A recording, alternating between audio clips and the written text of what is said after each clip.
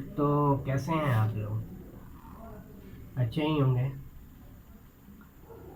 पिछले वीडियो में मैंने भाग 4 के बारे में बताया था। भाग 4 में मैंने राज्य के नीति निर्देशक तत्व के बारे में बताया था, और भाग 4 का ए में मैंने मौलिक कर्तव्य के बारे में बताया था।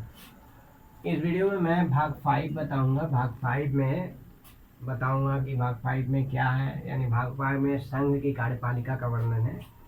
यानी जो भी कार्यपालिका है हमारा, संघ की कार्यपालिका ना बोल के उसको डायरेक्ट कार्यपालिका बोल सकते हैं, यानी कार्यपालिका का वर्णन है। तो कार्यपालिका में सबसे पहला जो मतलब इस भाग 5 को 4 अध्याय में, इसमें अनुच्छेद ज़्यादा रहने के कारण, इस ये भाग 5 बड़ा होने के कारण इसको 4 अध्याय में बांट दिया गया है। तो 4 अध्याय में सबसे पहला जो अध्याय है, इसमें हम लोग पढ़ेंगे संघ की कार्यपालिका यानी केंद्रीय कार्यपालिका के बारे में। भाग 5 में टोटल तो कार्यपालिका के बारे में ही पढ़ना है, लेकिन पहले भाग 5 के अध्याय 1 में, चैप्टर 1 में हम संघ की कार्यपालिका के बारे में पढ़ेंगे। संघ की जो कार्यपालिका है वो अनुच्छेद 52 से 78 तक वर्णन है इसका। यानी संघ की कार्यपालिका का वर्णन कहाँ से कहाँ तक है? अनुच्छेद 52 से 78 तक इसका वर्णन किया गया है। चैप्टर 1 कहाँ से कहाँ तक है? भाग 5 का अध्याय 1 कहाँ से कहाँ तक? अनुच्छेद 52 से 78 तक।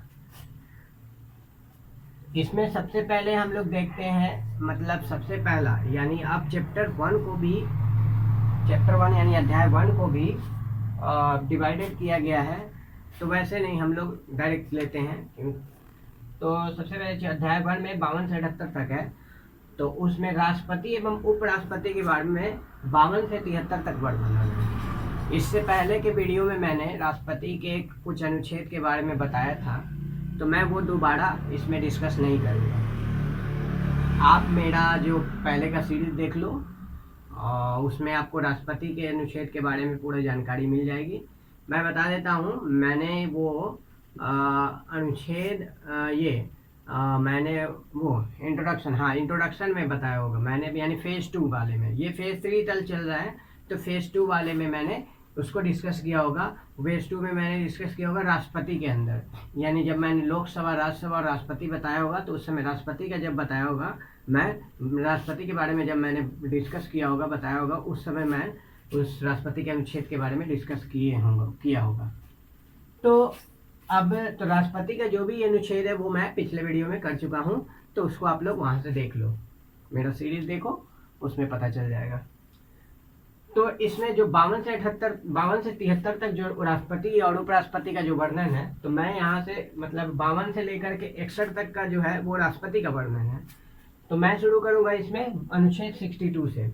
अनुच्छेद 62 यानी अनुच्छेद 62 में कहा गया है, राष्ट्रपति के पद में रिक्ति को करने के लिए निर्वाचन करने समय और आकस्मिक रिक्ति को भरने के लिए निर्वाचित व्यक्ति के पद की अवधि। यानी अनुच्छेद 52 में बोला गया है कि राष्ट्रपति के पद में रिक्ति को भरने के लिए, यानी राष्ट्रपति के पद में जब रिक्ति आ जाए, पद जब खाली हो जाए, तो निर्वाचन करने समय और आकस्मिक रिक्ति को भरने के लिए निर्वाचित व्यक्ति का पद अवधि। यानी अगर राष्ट्रपति का पद खाली हो गया है, तो ऐसा तो नहीं कि वो निर्वाचन तक खाली ही रहेगा। तो जब तक निर्वाचन ना हो जाए, तब तक उस पद पर जो व्यक्ति आसीन होगा, उस व्यक्ति के पद की अवधि क्या होगी, इसका वर्णन हमारा क्या है, अनुच्छेद 52 में, अनुच्छेद 62 में किया गया है। अनुच्छेद 63 में ये बताया गया है कि उपराष्ट्रपति का वर्णन, यानी अब अनुच्छेद 63 में उपराष्ट्रपति के बारे में बताया गया कि उपराष्ट्रपति क्या होते हैं, उसके बारे में विस्तार पर उपराष्ट्रपति का वर्णन किया गया है।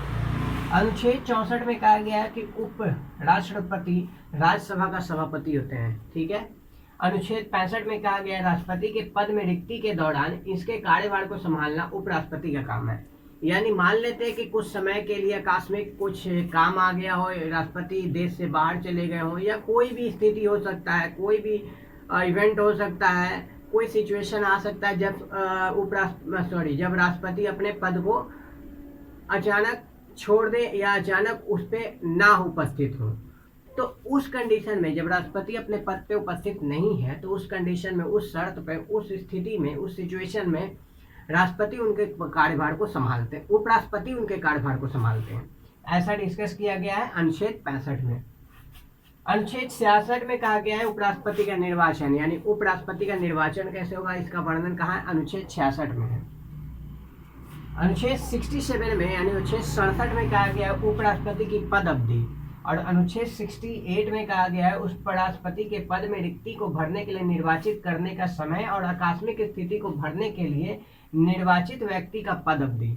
कहने का मतलब हुआ कि जब भी उपराष्ट्रपति का पद रिक्ति हो जाए, यानी उपराष्ट्रपति का पद अगर खाली हो जाए, तो उसके निर्वाचन करने के लिए आकस्मिक मतलब निर्वाचन, जैसे कि राष्ट्रपति में अनुच्छेद 62 में कहा गया था कि अगर राष्ट्रपति का पद रिक्ति हो जाए तो उस समय राष्ट्रपति के पद पर जो आदमी बैठेगा उस व्यक्ति का क्या पद अवधि होगा, उसका वर्णन कहा गया है किसमें, अनुच्छेद 62 में।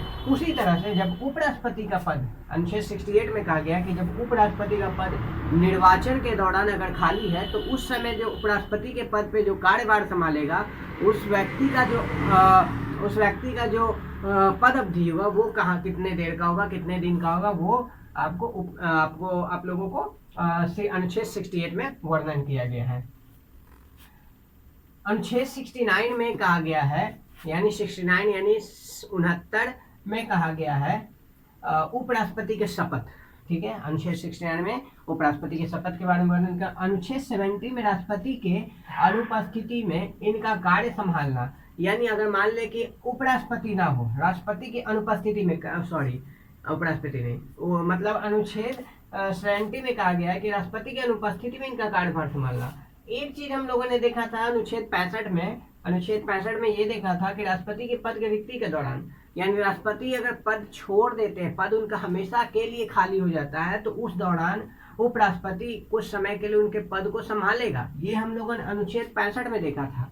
लेकिन अनुच्छेद 70 बोलता है कि राष्ट्रपति अगर अनुपस्थित रहते हैं, यानी मैं उस समय थोड़ा सा कंफ्यूज हो गया, मैंने कुछ और बोल दिया था, लेकिन अब मैं क्लियर कर देता हूँ कि अनुच्छेद 65 में कहा गया कि अगर उपराष्ट्रपति राष्ट्रपति का पद रिक्त हो जाता है, यानी आकस्मिक राष्ट्रपति की मृत्यु हो जाती है, या राष्ट्रपति, इस बारे में मैंने पहले के वीडियो में राष्ट्रपति के बारे में डिस्कस किया कि राष्ट्रपति जो मतलब कौन कौन राष्ट्रपति अपने कार्यकाल के दौरान मरे थे, यानी उनकी डेथ हो गई थी, तो वो भी देख लेना आप लोग। तो उस समय मतलब उपराष्ट्रपति उनके कार्यभार को संभाले थे, तो ये अनुच्छेद 65 के अनुसार होता है, ठीक है। यानी आकस्मिक उनकी पद रिक्ति हो जाता है किसी न किसी कारणवश से, तो उस कंडीशन में अगर उनका कार्यभार संभालेगा तो उसके दायित्व किस पे, उपराष्ट्रपति पे आ जाता है। ये ऐसा अनुच्छेद 65 में कहा गया। लेकिन अगर राष्ट्रपति आकस्मिक कहीं चले जाते हैं, यानी किसी काम से विदेश दौरा पे चले गए, तो भारत में राष्ट्रपति का पद तो अभी नहीं ना है, वो अनुपस्थित है, तो उनका जो कार्यभार उस समय संभालेगा वो भी दायित्व उसका भी दायित्व उपराष्ट्रपति पे ही आता है, और ये अनुच्छेद 70 में वर्णन है। बात समझ में आई? यानी आकस्मिक मृत्यु हो जाती है या आकस्मिक रिक्त हो जाता है राष्ट्रपति का पद, अनुच्छेद 65 में ऐसा कहा गया है, तो उपराष्ट्रपति उनके कार्यभार को संभालेंगे। लेकिन अगर अनुपस्थित रहते हैं, किसी काम बस कहीं चले जाते हैं, तो भारत में उनका तबीयत खराब हो जाता है हॉस्पिटल में, तो उनके कार्य को संभालने का दायित्व अनुच्छेद 70 के अनुसार उपराष्ट्रपति का होता है। तो ये क्लियर हुआ अनुच्छेद 65 और अनुच्छेद 70। उसके बाद अनुच्छेद 72 में कहा गया है कि क्षमा आदि कुछ मामलों में अनुच्छेद 72, ध्यान से, अनुच्छेद 72 यानी 71 मैंने नहीं बताया, तो 71 के बारे में मैं पिछले वीडियो में डिस्कस कर चुका हूँ। तो जो भी अनुच्छेद मैं पिछले वीडियो में बता चुका हूँ वो मैं यहाँ डिस्कस दोबारा नहीं किया हूँ। तो अगर उस अनुच्छेद के बारे में जानना है तो आप मेरे पिछले वीडियो को देखें।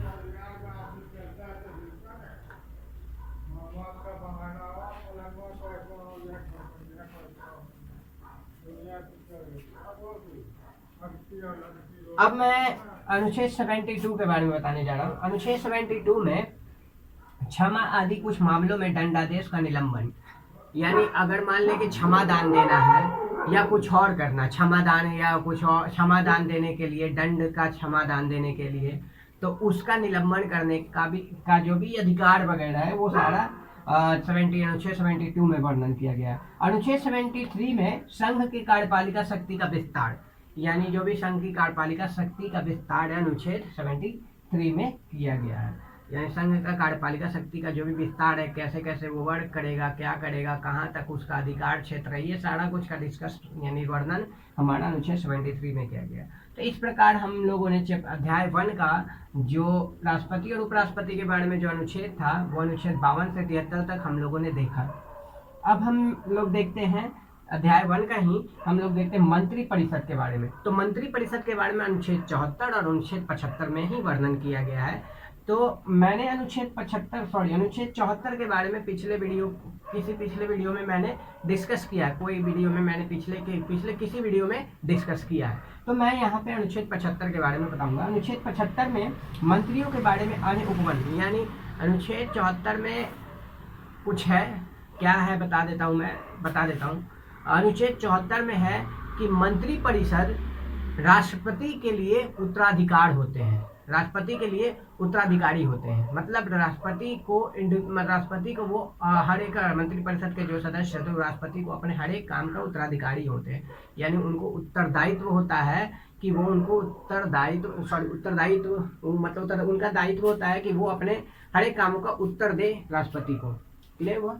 उसके बाद हम लोग देखते हैं अनुच्छेद 75 मंत्रियों के बारे में जो भी अन्य उपबंध है वो दिया गया है।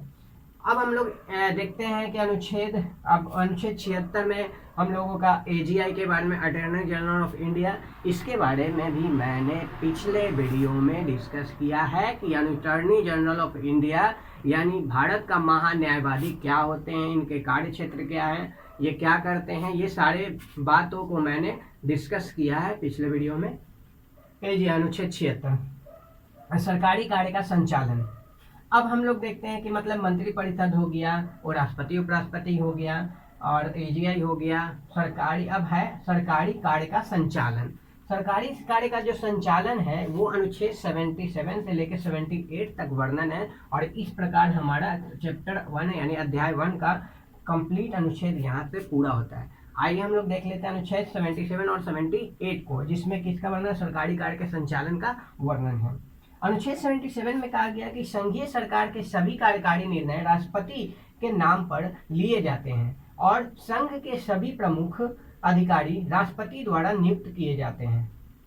यानी कहा गया कि अनुच्छेद 77 में कि संघीय सरकार के सभी कार्यकारी, यानी संघीय सरकार यानी जो केंद्र सरकार है, केंद्र सरकार के जो भी कार्यकारी हैं वो कार्यकारी निर्णय जो है वो राष्ट्रपति के नाम पर ही लिए जाए, राष्ट्रपति के नाम पर ही लिया जाए। ऐसा वर्णन अनुच्छेद 77 में ऐसा वर्णन किया गया है कि संघीय सरकार के जो भी निर्णय हैं, जो भी कार्यकारी निर्णय होंगे, यानी केंद्र सरकार के जो भी कार्यकारी निर्णय होंगे वो राष्ट्रपति के नाम पे ही लिए जाते हैं। और संघ सभी का प्रमुख होता है, प्रमुख अधिकारी, मतलब संघ के जितने भी प्रमुख अधिकारी हैं उन सब की नियुक्ति भी राष्ट्रपति के द्वारा ही की जाती है। तो ये हम लोग अनुच्छेद 77 में देखें कि केंद्र सरकार के सभी का सरकारी निर्णय यानी कार्यकारी निर्णय वो राष्ट्रपति के नाम पे लिए जाते हैं और राष्ट्रपति ही केंद्रीय जो भी अधिकारी होते हैं उनकी नियुक्ति भी करते हैं। अनुच्छेद 68 में कहा गया है राष्ट्रपति को जानकारी देने आदि के संबंध में प्रधानमंत्री के कर्तव्य, यानी राष्ट्रपति को क्या जानकारी देना है, कैसे जानकारी देना है, ये सारा कुछ अनुच्छेद 68 में वर्णन है कि प्रधानमंत्री राष्ट्रपति को किस प्रकार क्या जानकारी देंगे, ये सारा अनुच्छेद 78 में वर्णन किया गया है। तो अब इस प्रकार हम लोग का भाग 5 का जो कार्यपालिका है उसका अध्याय 1 हम लोग का कंप्लीट हुआ। अब अध्याय 2 में आते हैं। तो अध्याय 2 हम जगह कम, स्पेस कम होने के कारण मैंने अध्याय 2 का कुछ ही पार्ट लिख पाया यहाँ। तो नेक्स्ट स्लाइड जो आएगा उसमें, मतलब नेक्स्ट स्लाइड के नेक्स्ट इसके बाद मैं आगे भी डिस्कस करता हूँ, पहले ये देख लो आप लोग। तो चैप्टर 2 यानी अध्याय 2 का जो है वो अनुच्छेद 79 से लेकर अनुच्छेद 123 तक का वर्णन किया गया है, जिसमें कहा गया कि अनुच्छेद कहाँ से कहाँ तक, अनुच्छेद 79 से लेकर अनुच्छेद 123 तक का वर्णन है अध्याय 2 में। अब अध्याय 2 में कहा जाता है कि पहले इसमें केंद्रीय व्यवस्थापिका का वर्णन, सबसे पहले क्या, केंद्रीय व्यवस्थापिका का वर्णन, जिसका 79 से लेके 88 तक वर्णन। केंद्रीय व्यवस्थापिका का वर्णन कहाँ से कहाँ तक है, 79 से लेके 88 तक, 79 से लेके 88 तक। तो अब आते हैं, तो अनुच्छेद 79 में क्या बोला गया है? अनुच्छेद 79 में संसद के गठन के बारे में बात की गई। अनुच्छेद 80 में राज्यसभा का संरचना के बारे में वर्णन किया गया। अनुच्छेद 81 में लोकसभा का वर्णन किया गया है, लोकसभा के संरचना का वर्णन किया गया है। अनुच्छेद 82 में प्रत्येक जनगणना के बाद पुनः समायोजन की वर्णन की गई है। अनुच्छेद 83 में संसद के सदनों की अवधि की बात की गई है कि संसद के सदन कितना अवधि रहेगा, अनुच्छेद 83 में। अनुच्छेद 84 में संसद के सहायता के लिए अहर्ता की वर्णन की गई है, यानी संसद के सहायता के लिए जो भी अहर्ता है उसका वर्णन किया गया अनुच्छेद 84 में। अनुच्छेद 85 में संसद के समय समय अवधि और विघटन का बात की गई है। अनुच्छेद 85 में संसद का समय समय पर जो अवधि लगाया जाता है, संसद का सदन बुलाया जाता है और संसद का विघटन किया जाता है, इसके बारे में अनुच्छेद 85 में वर्णन किया गया। अनुच्छेद 86 में सदनों के भाषण तथा उनका संदेश राष्ट्रपति को भेजना, इसका वर्णन किया गया, यानी सदन में जो भी भाषण होगा और जो भी संदेश वगैरह लिया जाए वो सारे राष्ट्रपति को भेजे जाएंगे, ऐसा वर्णन किया गया अनुच्छेद 86 में। अनुच्छेद 87 में राष्ट्रपति के विशेष भाषण का वर्णन किया गया है, यानी राष्ट्रपति जो अपना विशेष भाषण देते हैं संसद में, वो हमारा अनुच्छेद 86 में वर्णन किया गया। अनुच्छेद 87 में राष्ट्रपति के विशेष भाषण अनुच्छेद 86 में सदनों के भाषण तथा उनका संदेश, अनुच्छेद 86 में सदनों के भाषण तथा उनका संदेश राष्ट्रपति को भेजना का वर्णन है। अनुच्छेद 87 में राष्ट्रपति के विशेष भाषण का वर्णन है। अनुच्छेद 88 में सदनों में विशेष मंत्रियों और महान्यायवादी के अधिकार का वर्णन है। अनुच्छेद 88 में क्या, संसद के विशेष जो मंत्री और महान्यायवादी यानी अटॉर्नी जनरल ऑफ इंडिया के अधिकार का वर्णन है। और फिर उसके बाद ये हमारा मतलब जो केंद्रीय व्यवस्थापिका था 79 से लेकर 88 तक, वो इतना दूर तक वर्णन है। मैं अब नेक्स्ट बताता हूँ संसद के अधिकारी, जिसका वर्णन अनुच्छेद 89 से 98 तक है।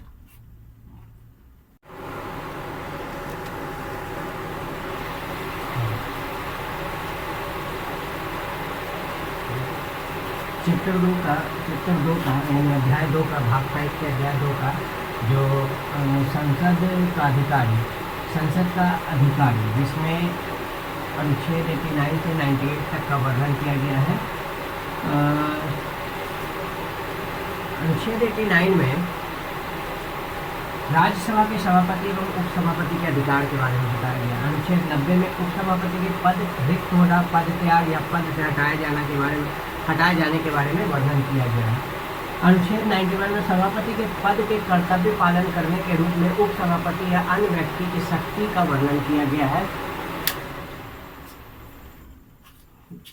अनुच्छेद 91 में बता रहे थे, अनुच्छेद 91 में बता रहा था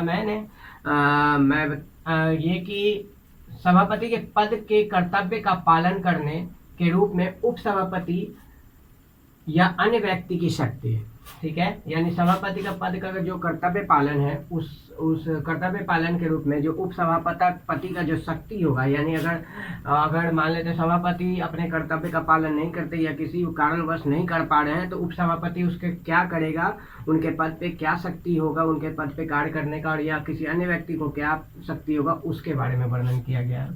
अनुच्छेद 92 में कहा गया है, अनुच्छेद 92 यानी अनुच्छेद 92 में कहा गया है कि सभापति तथा उपसभापति को पद से हटाने की कोई संकल्प विचाराधीन रखना है। यानी मान लें कि सभापति या उपसभापति को अब उसके पद से हटाना है, तो उसके बारे में जो भी संकल्प लिया गया उसको विचाराधीन करना, उसको विचार में लाना।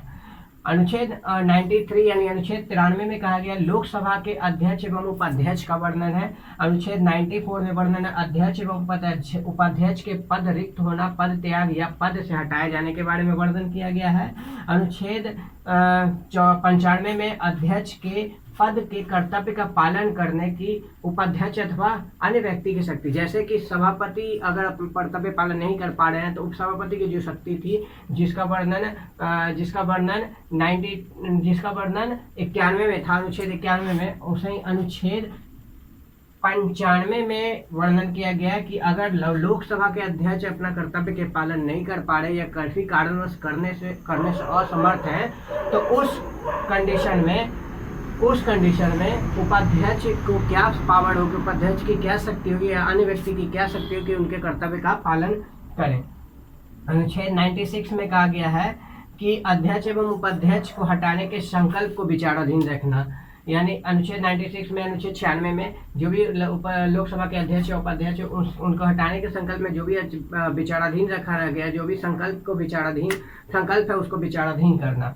और अनुच्छेद 96 में 96 हो गया। अनुच्छेद 97 में कहा गया है कि अध्यक्ष, उपाध्यक्ष, सभापति तथा उपसभापति जो भी उनके वेतन और भत्ते के बारे में वर्णन किया गया अनुच्छेद 97 में। अनुच्छेद 98 में संसद का सचिवालय के बारे में वर्णन है। अनुच्छेद 98 में संसद के सचिवालय के बारे में वर्णन किया गया है।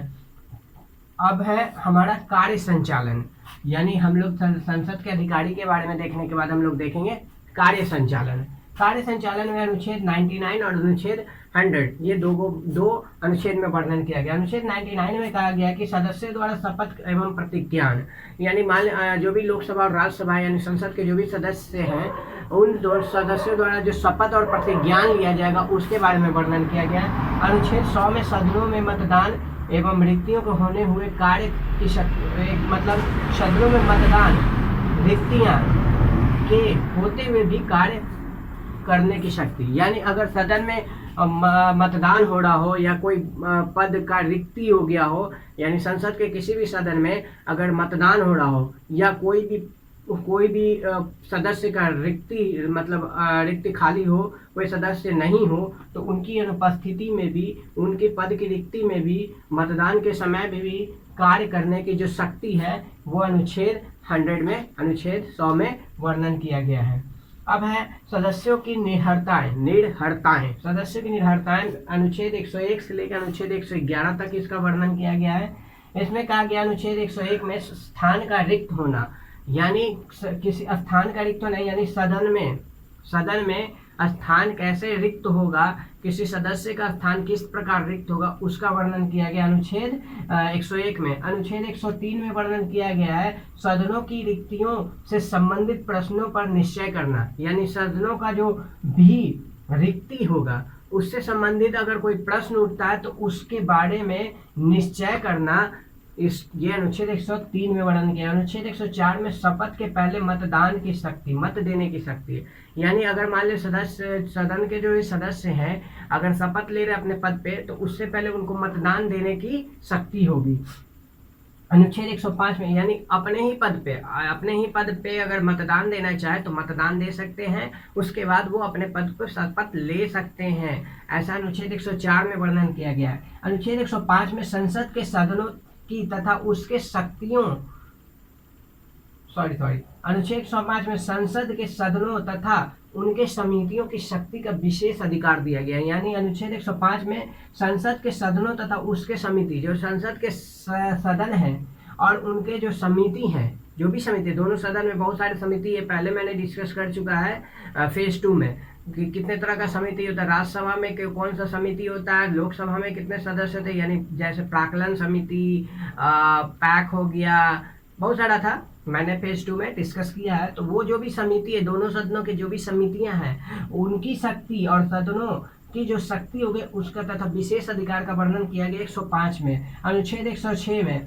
सदस्यों के वेतन और भत्ते का वर्णन किया, सदस्यों के वेतन और भत्ते का वर्णन अनुच्छेद 106 में किया गया है। अनुच्छेद 107 में विधेयकों की प्रस्तुति एवं पारित किए जाने के संबंध में विवरण दिया गया है। अनुच्छेद 107 में विधेयक, जो भी विधेयक है, धन विधेयक या वित्त विधेयक है, उनकी जो प्रस्तुति होगी और उनको पारित की जाने के जो भी संबंध में बात होगी, विवरण, वो सब अनुच्छेद 107 में वर्णन है। अनुच्छेद 108 में कुछ दशाओं में दोनों सदनों की संयुक्त बैठक का वर्णन है। अनुच्छेद 108 में क्या किया है, कुछ दशा में दोनों सदनों का जो संयुक्त बैठक होगा, जिसको पहले भी मैंने बताया है कि अनुच्छेद 108 के अनुसार सदनों का संयुक्त बैठक होता है, दोनों सदन का संयुक्त बैठक होता है। और ये संयुक्त बैठक के बारे में मैंने 3 चीज़ बताया कि अब तक भारत में 3 बार संयुक्त बैठक हो चुका है, ये मैंने पिछले वीडियो में डिस्कस किया है।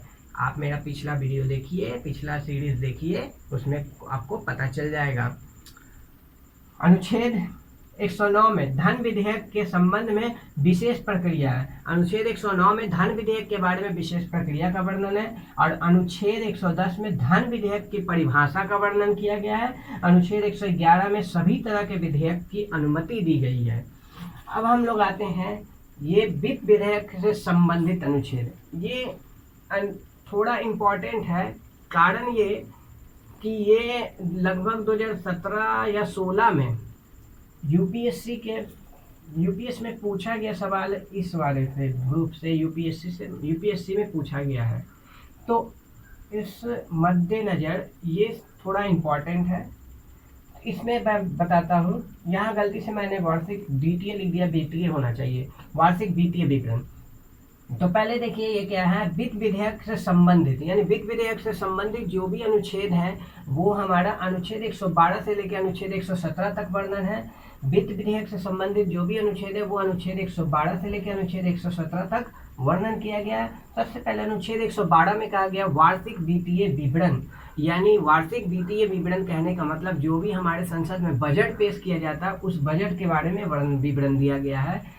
उस बजट के बारे में जो भी बात है वो अनुच्छेद 112 में कहा गया है। अनुच्छेद 113 में कहा गया है कि संसद का प्राक्कलनों के संबंध में प्रक्रिया। देखिए अब वही बात, प्राक्कलन जो भी संसद का जो भी समितियां होती हैं, प्राक्कलन समितियां जो होती हैं, उन सारे प्राक्कलन समितियां जैसे अनुच्छेद 113 में वर्णन किया गया है, जो भी दोनों सदनों में जो भी प्राक्कलन समिति हैं उन प्राक्कलन समितियों के बारे में, उन प्राक्कलन समितियों को क्या ज़रूरत है, वो प्राक्कलन समिति क्यों बना हुआ है, वो प्राक्कलन समिति कब किस, उस प्राक्कलन समिति को क्या खर्च है, क्या उनका ब्यौरा है, क्या वो खर्च करती हैं या संचित निधि से क्या निकाल सकती हैं, क्या पैसा, मतलब संचित निधि यानी जो फिस्कल डिपॉजिट होता है, यानी भारत सरकार के द्वारा यानी जो भी डिपॉजिट करके रखा जाता है संचित निधि, उसके बारे में बात किया जा रहा है। तो संचित निधि यानी जिसका कि जो विभिन्न बजट में जिस पैसे का यूज किया जाता है, वार्षिक वित्तीय विवरण में जिस पैसे का यूज किया जाता है उसको संचित निधि कहा जाता है। तो 113 में वो उन्हीं के बारे में वर्णन कि जो भी प्राक्कलन समितियां वो क्या करती हैं, उनका क्या खर्च है, वो क्या उन संचित निधि से वो क्या पैसा निकाल सकती, इन सारे के बारे में वर्णन अनुच्छेद 113 में है। अनुच्छेद 114 में विनियोग विधेयक। अब ये विनियोग विधेयक क्या है, इसके बारे में देखिए, जैसे कि वार्षिक वित्तीय विवरण प्रस्तुत हुआ, तो वार्षिक वित्तीय विवरण प्रस्तुत हुआ, लेकिन वार्षिक वित्तीय विवरण में जो भी कुछ विवरण किया गया था कि हमारे इतना बजट है, हम ये काम करेंगे इतना पैसा लगेगा, हम ये काम करेंगे इतना पैसा लगेगा, तो ये सारे विवरण के अनुसार था। लेकिन इसके बावजूद अगर मान ले किसी पैसे की कमी हो गई किसी काम में, या किसी वार्षिक वित्तीय विवरण जो है उनमें कुछ ऐसा काम था जिसमें कुछ पैसे की कमी हो गई, तो अगर अतिरिक्त पैसे की आवश्यकता हुई तो अतिरिक्त पैसे की आवश्यकता के लिए संचित निधि से अगर हम लोग को कुछ पैसा है, संचित निधि यानी फंड जो भी भारत सरकार का जो फंड है, रखा गया फंड, उसको संचित निधि कहा जाता है। तो संचित निधि से अगर कुछ पैसा जो अतिरिक्त आवश्यकता पड़ी है, उस अतिरिक्त आवश्यकता को पूरा करने के लिए जो संचित निधि से जो पैसा निकाला जाता है उसके लिए संसद में फिर से एक विधेयक पारित किया जाता है। उस विधेयक को हम लोग विनियोग विधेयक कहते हैं। इसका वर्णन अनुच्छेद 114 में है। गेट इट समझ में आया। अब उसके बाद अनुच्छेद 115 में अनुपूरक अतिरिक्त या अधिक अनुदान। अब इसका मतलब क्या है, अब देखिए मैंने 113 में वर्णन किया था कि प्राक्कलन समितियों के बारे में। तो अगर प्राक्कलन समिति है तो प्राक्कलन समिति का कुछ काम होगा, अब उस काम के लिए उनका काम होगा, तो अब उस काम के लिए कुछ ना कुछ तो फंड खर्च होता होगा, कुछ निधि खर्च होते होंगे। अब उस निधि की व्यवस्था तो दी गई वार्षिक वित्तीय विवरण में, लेकिन अब क्या किया गया कि मान लेते हैं कि उनको अतिरिक्त आवश्यकता पड़ गई। अब उस अतिरिक्त आवश्यकता को पूरा करने के लिए फिर इन्होंने क्या किया, संसद में इस मांग की प्राक्कलन समिति को जरूरत है, तो संसद इस बात को ठुकरा भी सकती है और एक्सेप्ट भी कर सकती है। तो इस बारे में जो अनुपूरक अतिरिक्त या अधिक अनुदान की जो बात की गई है, इस बारे में हम लोग का इसमें वर्णन किया गया 115 में, और 116 में भी लगभग वही है। अनुदान, लेखानुदान, मतलब देखिए 116 मैं समझाता हूँ, पहले 115 आप लोगों ने समझ गए। तो 115 यानी समझ गए कि प्राक्कलन समिति को अतिरिक्त आवश्यकता पड़ती है, तो वो अनुच्छेद 115 के अनुसार बोलते हैं, और उसको संसद मान भी सकता है और नहीं भी मान सकता है, या राष्ट्रपति के द्वारा भी कभी कभी उस अतिरिक्त आवश्यकता को पूरा करवा सकते हैं प्राक्कलन समिति। तो अब हम लोग देखते हैं अनुच्छेद 116। अनुच्छेद 116 में दिया हुआ है लेखानुदान, अपवादा अनुदान, प्रत्यय अनुदान। अब देखिए जैसे कि अभी कोरोना काल चल रहा है, कोरोना काल में ऐसा तो सरकार इस कोरोना के बारे में सरकार अपने वार्षिक वित्तीय विवरण में तो इसके बारे में डिस्कस नहीं किए होंगे कि कोरोना भी आएगा तो कोरोना में ये खर्च होगा, ऐसा कुछ भी डिस्कस नहीं हुआ होगा। लेकिन इसमें जो भी खर्च हो रहे हैं तो वो तो हो रहे हैं। तो अचानक से कोई ऐसा सिचुएशन आ जाए, कोई ऐसा कंडीशन आ जाए जिस सिचुएशन को हैंडल करने के लिए सरकार को अतिरिक्त पैसा की आवश्यकता पड़ गई, जो कि वार्षिक वित्तीय विवरण में डिस्कस नहीं किया गया है। तो उस तरह का या कुछ ऐसा फंडिंग करना हो जिससे कि देश की भलाई हो एट ए टाइम मान ले देश की भलाई के लिए या देश में कुछ विकास के लिए उस अनुदान की आवश्यकता है, उस अनुदान की आवश्यकता या लेखानुदान की या अपवादानुदान या प्रत्ययानुदान जो भी कहें उसकी आवश्यकता है। तो जिसका भी और उस बात का विवरण हमारा वार्षिक वित्तीय विवरण में नहीं दिया गया है, कोरोना संकट है, इसका वार्षिक वित्तीय विवरण में कोई विवरण नहीं दिया गया था। तो इस तरह का जो भी हम लोग का जो आवश्यकता होगी, फंड की ज़रूरत होगी, तो संचित निधि से अगर इस तरह का हम लोग को कोई पैसे की ज़रूरत होगी तो इसको निकलवाने के लिए, संचित निधि से इससे पैसा निकालने के लिए अनुच्छेद 116 में इसका वर्णन किया गया है। समझ गए। अनुच्छेद 117 वित्त विधेयक के बारे में विशेष उपबंध, वित्त विधेयक के बारे में विशेष उपबंध दिया गया है, यानी वित्त विधेयक जो भी है उसके बारे में विशेष उपबंध दिया गया है। दो तरह का विधेयक होता है, एक धन विधेयक, एक वित्त विधेयक। धन विधेयक मनी बिल और वित्त विधेयक फिनांस बिल। तो ये वित्त विधेयक के बारे में विशेष उपबंध के बारे में वर्णन किसमें है, 117 में। अब है साधारण प्रक्रिया, यानी जो भी संसद है तो संसद में जो भी साधारण प्रक्रिया होती है उसके बारे में कुछ अनुच्छेद है, उसके बारे में देख लेते हैं। अनुच्छेद 118 से लेकर अनुच्छेद 123 तक इसका वर्णन किया गया है। अनुच्छेद 118 में साधारण प्रक्रिया का नियम के बारे में वर्णन है कि साधारण प्रक्रिया के क्या क्या नियम होंगे। अनुच्छेद 119 में संसद में वित्त संबंधी कार्य के वर्णन है, यानी वित्त संबंधी जो भी कार्य होगा संसद में उसके बारे में वर्णन अनुच्छेद 119 में है। अनुच्छेद 120 में संसद में प्रयोग की जाने वाली भाषा के बारे में वर्णन किया गया। अनुच्छेद 121 में संसद में चर्चा पर निबंधन, यानी संसद में जो भी चर्चा होगी उसका निबंधन कराया जाना, उसके बारे में वर्णन अनुच्छेद 121 में। अनुच्छेद 122 में वर्णन है कि न्यायालय द्वारा संसद की कार्रवाइयों की जांच नहीं करवाई जाएगी, यानी न्यायालय द्वारा ये न्यायालय को ये रिस्ट्रिक्टेड किया है कि अगर संसद में कोई भी कार्रवाई हो रही है तो उसकी जांच न्यायालय नहीं करवा सकती है, ऐसा अनुच्छेद 122 में वर्णन है। अनुच्छेद 123 में वर्णन है कि संसद के सत्र काल में अध्यादेश जारी करने का अधिकार राष्ट्रपति की शक्ति है, यानी सत्र काल के संसद के सेशन के दौरान राष्ट्रपति अध्यादेश जारी कर सकते हैं, इसकी शक्ति का वर्णन अनुच्छेद 123 में है। तो इस प्रकार अध्याय 2 हमारा समाप्त होता है। अब हमारा भाग 5 में अध्याय 3 और अध्याय 4 है, आगे देखते हैं।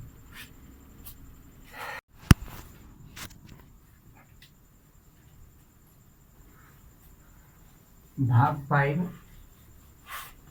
अध्याय 3। अध्याय 3 में राज्य विधानमंडल के बारे में वर्णन किया गया है, यानी राज्य में जो विधानमंडल होते हैं, राज्य के जो सदन होते हैं उसके बारे में वर्णन किया गया है। इसका पहला जो पार्ट है वो है राज्य व्यवस्थापिका, जो कि अनुच्छेद 168 से लेके 189 तक इसका वर्णन है। तो 168 में, अनुच्छेद 168 में बोला गया है कि विधानमंडल के गठन के बारे में, कि विधानमंडल का गठन कैसे होता है।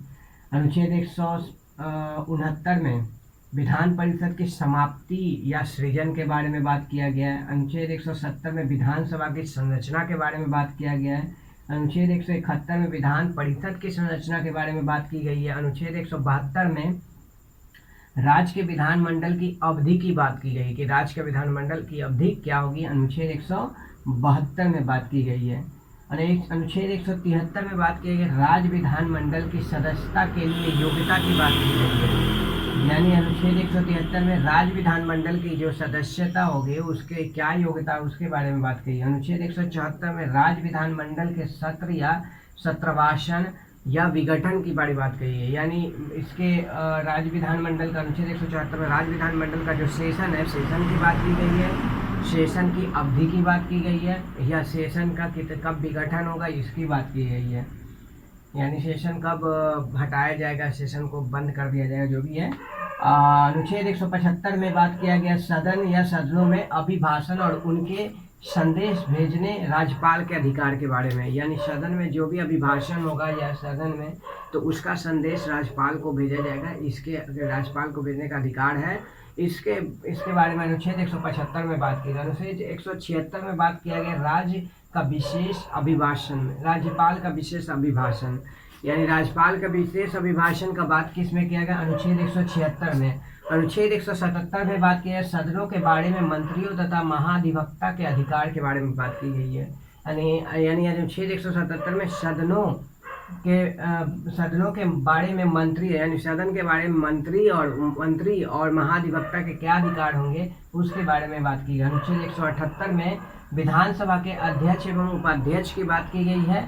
अनुच्छेद 179 में यानी 179 में, अनुच्छेद 179 179 में अध्यक्ष या उपाध्यक्ष पद रिक्त होना, पद त्याग या पद से हटाया जाना की बात कही गई है। यानी अनुच्छेद 178 में विधानसभा के अध्यक्ष एवं उपाध्यक्ष की बात की गई। अनुच्छेद 179 में यानी 179 में अध्यक्ष या उपाध्यक्ष के पद रिक्त होना, पद त्याग या पद से हटाया जाना की बात की गई है। अनुच्छेद 180 में अध्यक्ष के पद के कर्तव्य पालन करने की उपाध्यक्ष या अन्य व्यक्ति की शक्ति की बात की गई है। यानी अगर मान ले अध्यक्ष जो भी विधानसभा है उसके अध्यक्ष अगर मौजूद नहीं है, तो उनके अध्यक्ष अगर नहीं मौजूद है तो उस समय जो उपाध्यक्ष की क्या शक्ति होगी उनके कर्तव्य को पालन करने की, या किसी अन्य व्यक्ति की क्या शक्ति होगी उनके कर्तव्य को पालन करने का, उसके बारे में बात की गई है अनुच्छेद 180 में। अनुच्छेद 181 में बात की गई है अध्यक्ष या उपाध्यक्ष को पद से हटाने के संकल्प को विचाराधीन रखना। यानी अगर मान लेते हैं अध्यक्ष या उपाध्यक्ष को हम लोग उनके पद से हटाना चाहते हैं, तो हटाने के लिए जो भी संकल्प है उसको विचाराधीन करने की जो बात की गई है वो अनुच्छेद 181 में की गई है। अनुच्छेद 182 में बात किया गया विधान परिषद के सभापति एवं उपसभापति के बारे में। यानी विधान परिषद के सभापति और उपसभापति के बारे में अनुच्छेद 182 में बात की गई है। अनुच्छेद 183 में सभापति या उपसभापति के पद रिक्त होना या पद त्याग या पद से हटाया जाना की बात की गई है। यानी अनुच्छेद 182 में क्या किया गया है कि विधान परिषद के सभापति एवं उपसभापति की बात की गई। अनुच्छेद 183 में सभापति तथा उपसभापति का जो पद रिक्त होगा या उनके पद को हटाया जाएगा या पद त्याग होगा उसके बारे में बात की गई है।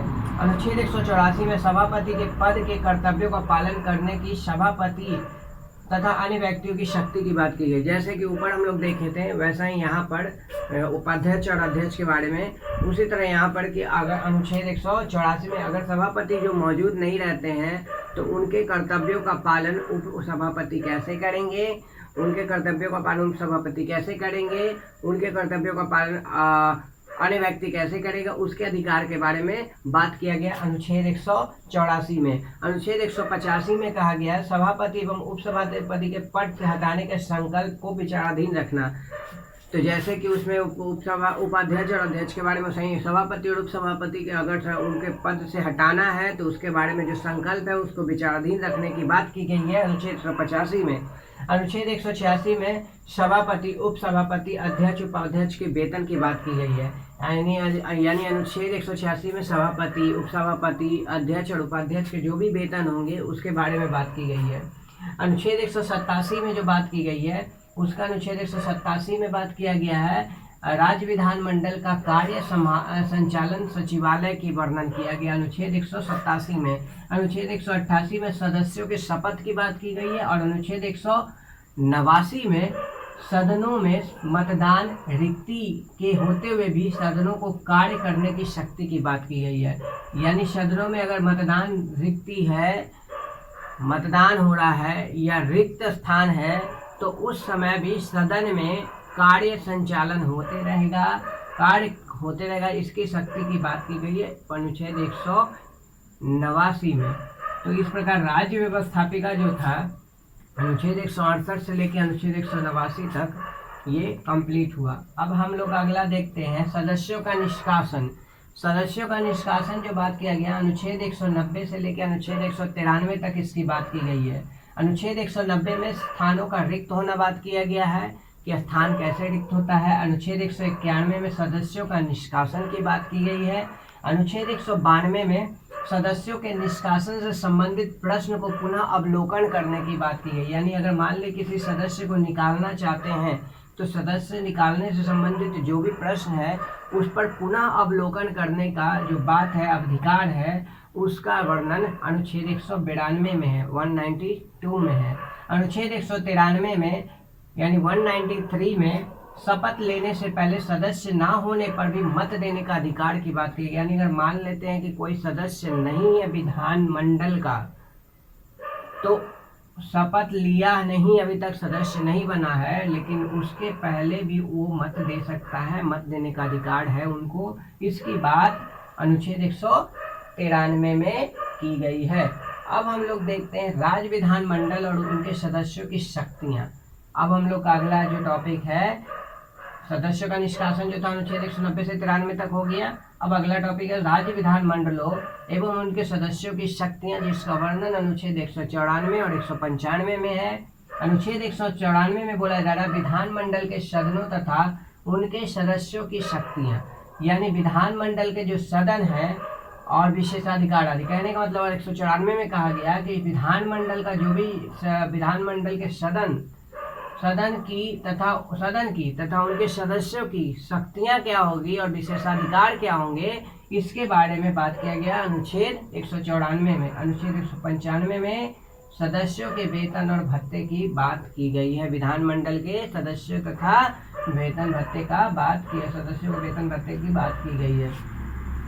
विधायी प्रक्रिया आप देखते हैं। अब हम लोग का अगला है विधायी प्रक्रिया। अनुच्छेद 196 से लेकर 201 तक इसका वर्णन है। अनुच्छेद 196 में विधेयकों को पुनः स्थापन और पारित किए जाने के संबंध में उपबंध है। यानी अनुच्छेद 196 में 196 में विधेयकों को पुनः स्थापन, यानी कोई भी विधेयक है उसका पुनः स्थापन करना और पारित किए जाने के संबंध में उपबंध है। यानी अगर और पुनः स्थापित करके उनको पारित करना है तो पारित किए जाने के संबंध में जो भी उपबंध है उसके बारे में बात किया गया अनुच्छेद 196 में। अनुच्छेद 197 में धन विधेयक से भिन्न विधेयक के बारे में विधान परिषद की शक्तियों पर निबंधन है। यानी कि अनुच्छेद 197 ये बोलता है कि अगर धन विधेयक से कोई अलग विधेयक है तो उसके बारे में विधान परिषद की क्या शक्ति होगी, उसका निबंधन पर बात किया गया है इसमें अनुच्छेद 197 में। अनुच्छेद 198 में यानी 198 में बात किया गया धन विधेयक के संबंध में विशेष प्रक्रिया के बारे में बात की। यानी धन विधेयक के बारे में जो विशेष प्रक्रिया है उसके बारे में अनुच्छेद 198 में बात किया गया। अनुच्छेद 199 में बात किया धन विधेयक की परिभाषा के बारे में। अनुच्छेद 200 में बात किया गया है विधेयकों की अनुमति के बारे में। अनुच्छेद 201 में बात किया गया विचार के लिए आरक्षित विधेयक, यानी बाद में अगर विचाराधीन विधेयक कोई है तो उसके लिए जो आरक्षित विधेयक है विचार के लिए, उसके बारे में अनुच्छेद 201 में बात किया गया कि कौन सा विधेयक विचार के लिए रखा जा सकता है। तो इस प्रकार हम लोग अभी आगे भी हम लोग अध्याय 3 में है। To be continue.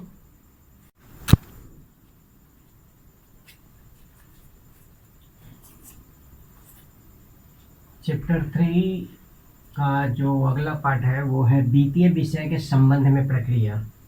वित्तीय विषय के संबंध में प्रक्रिया जी का वर्णन जो अनुच्छेद 202 से लेकर 207 तक है। अनुच्छेद 202 से लेकर 207 तक।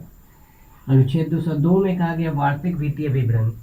जैसा कि हम लोग उस समय मतलब केंद्र वित्तीय विषय के संबंध में जो प्रक्रिया देखे थे, वैसा ही हमारा राज्य में भी होता है।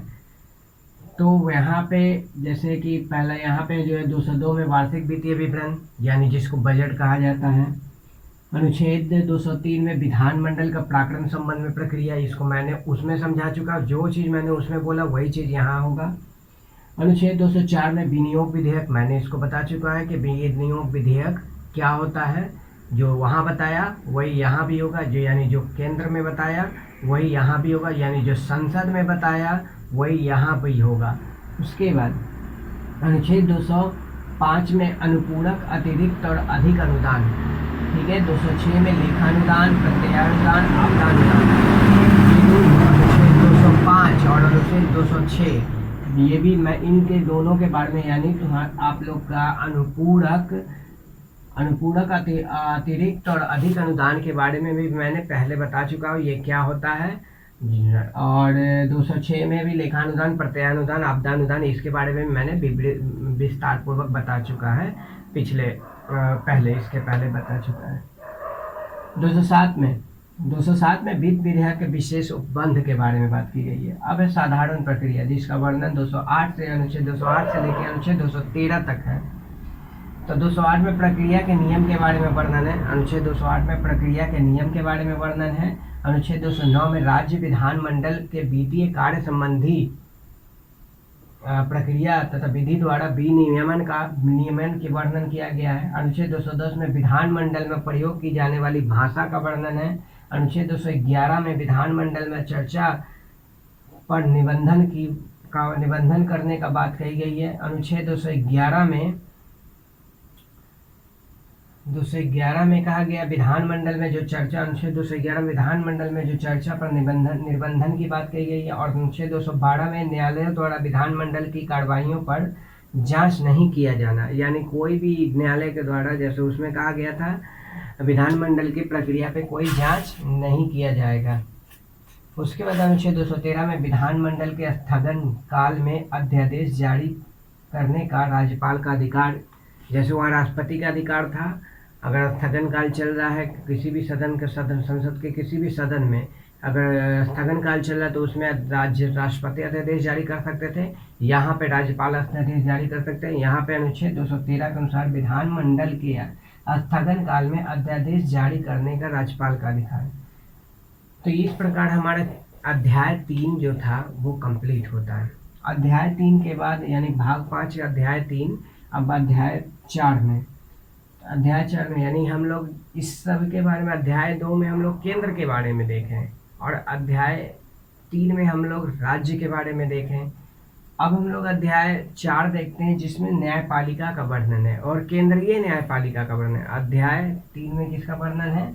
केंद्रीय न्यायपालिका का, जिसका वर्णन अनुच्छेद 124 से लेकर अनुच्छेद 147 है। अनुच्छेद 124 में उच्चतम न्यायालय के बारे में बात कही गई है। अनुच्छेद 125 में न्यायाधीश के वेतन के बारे में, उच्चतम न्यायालय के न्यायाधीश के वेतन के बारे में बात कही गई है।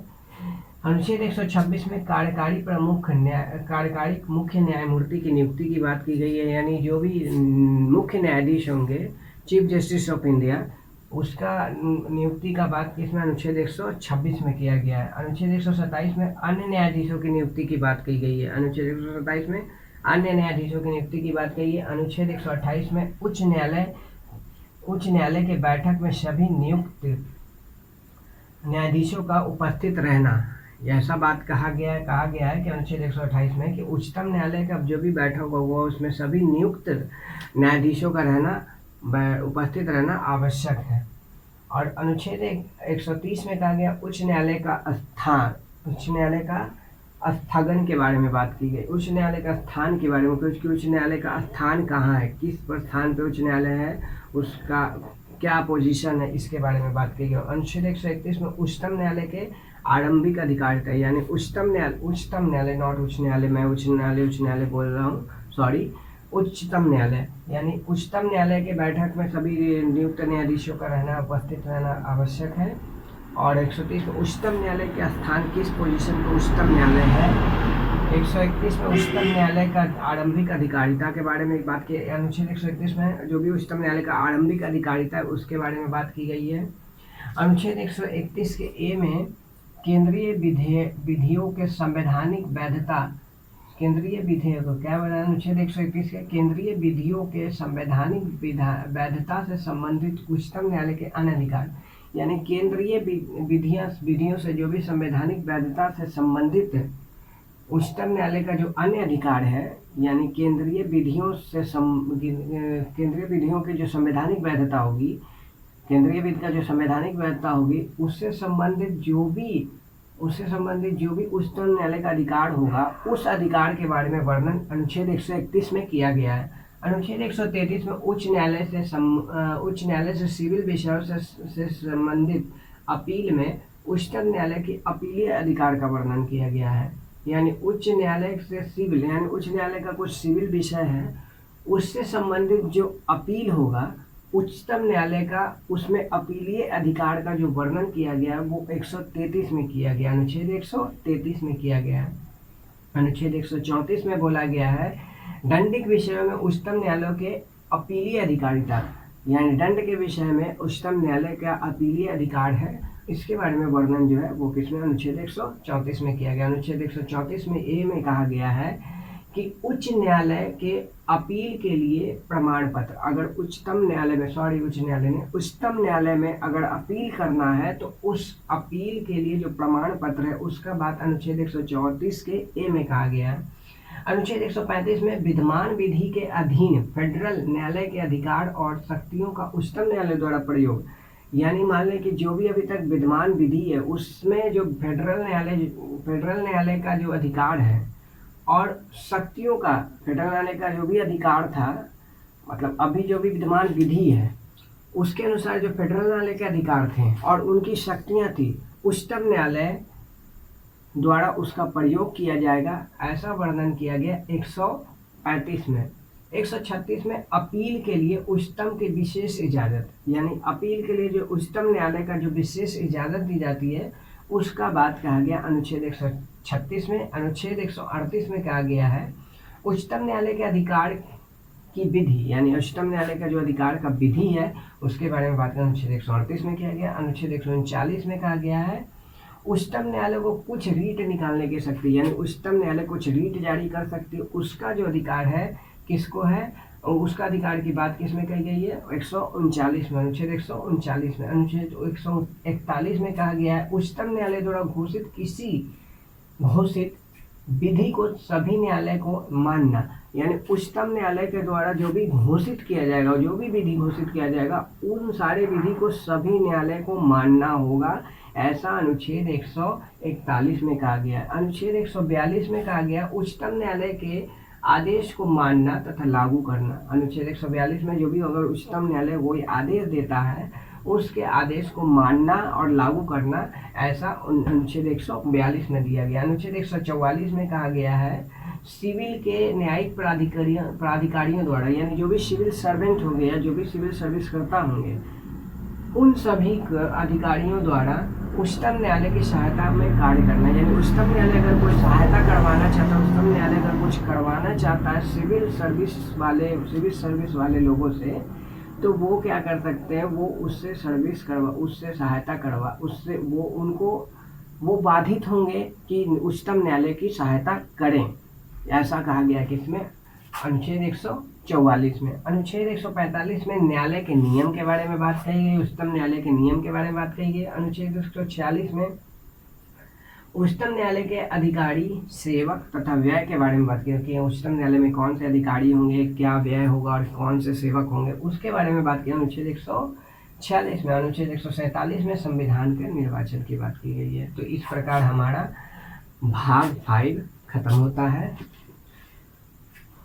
भाग 5 खत्म होने के बाद ये वीडियो आप लोग को कैसा लगा, आपको इससे क्या जानकारी मिली, अगर कोई त्रुटि हुई हम मुझसे तो उसके बारे में आप कमेंट बॉक्स में बताइए। और हमारा ये संविधान का भाग 5 के जितने भी अनुच्छेद हैं वो सारे मैंने बताएं, और बाकी जो भी इसमें बीच में छूटा वो मैंने अपने पिछले सीरीज में बता चुका, मैं अपने पिछले वीडियो सीरीज में बता चुका हूँ, इसलिए मैंने उसको यहाँ डिस्कस नहीं किया। तो थैंक्स फॉर वाचिंग। और ये वीडियो भाग 5 जो इसमें मैंने बताया है, इस भाग 5 वाला वीडियो आपको कैसा लगा, इस बारे में आप कमेंट बॉक्स में कमेंट करिए, बताइए, लाइक करिए, सब्सक्राइब करिए, नए हैं तो सब्सक्राइब करिए, और अगर कोई त्रुटि हुई तो बताइए। Thank you.